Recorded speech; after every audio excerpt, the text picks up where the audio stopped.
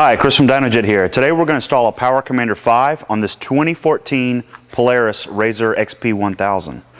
We're going to go ahead and get started by removing the driver's seat. Next we're going to pull the panel behind the driver's seat to access the ECM. We'll pull the panel at the bottom of the cargo bed to access the engine.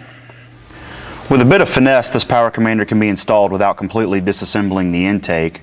But to make it easier on myself, I'm going to disassemble the intake. I'm first going to remove this air scoop behind the rear driver's side fender, and I'm also going to loosen the box from the throttle bodies.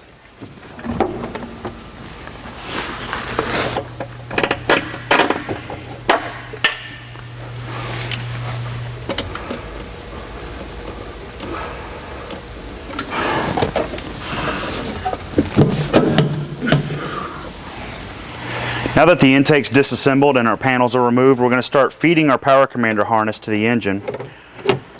Through this hole right here for the stock ECM, we're going to feed the Power Commander harness through. And we're going to use a supplied Velcro to secure the Power Commander module to the top of the ECM. Here under the left rear fender, we're going to secure the Power Commander's ground wire with the ring lug to this common ground location right here on the skid pan below the ECU. After attaching the Power Commander's ground wire with the ring lug to the common ground at the skid pan, we're going to route the rest of the Power Commander harness towards the engine. Our first connection we're going to come to is to our ignition coil, our coil pack right here. We're going to unplug the stock wiring harness from the coil. We're going to plug the pair of Power Commander leads with the green and blue colored wires in line with the ignition coil and the stock wiring harness. Then we'll continue routing the rest of the harness across the top of the engine. Loosening the intake allows me to access the throttle body servo here on the left hand side of the throttle bodies. I'm going to need to unplug the throttle body servo, and I'm going to use my supplied posi tap to tap my single gray wire, my unterminated gray wire on the Power Commander harness, to the signal wire of the throttle body servo. That is a dark green wire. Using the supplied posi tap, I'm going to take the gray nut of the posi tap and I'm going to insert the dark green wire into the slotted gray nut.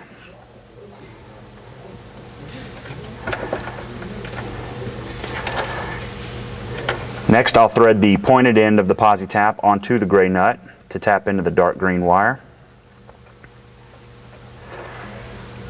I'll remove the red nut from the posi tap, slide that over the Power Commander's gray wire, insert the gray wire into the body of the posi tap, thread the red nut down on top of it. And now I have the gray wire tapped to the dark green wire of the throttle body servo. Now I can plug the servo back in.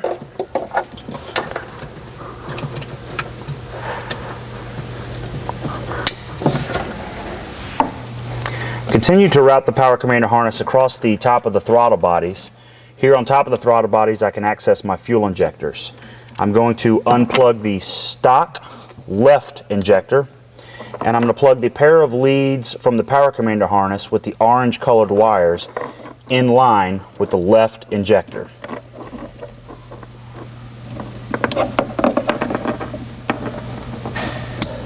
Next, I'm going to unplug the right injector, and I'm going to plug the Power Commander harness leads with the yellow colored wires in line with the right injector.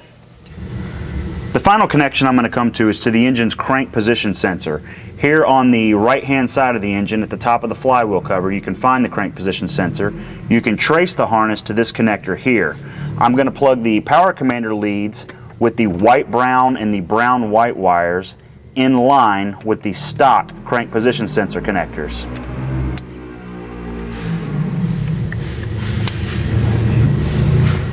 Now that the unit is routed and plugged in, I can go ahead and reassemble the intake, reinstall my panels and my seat.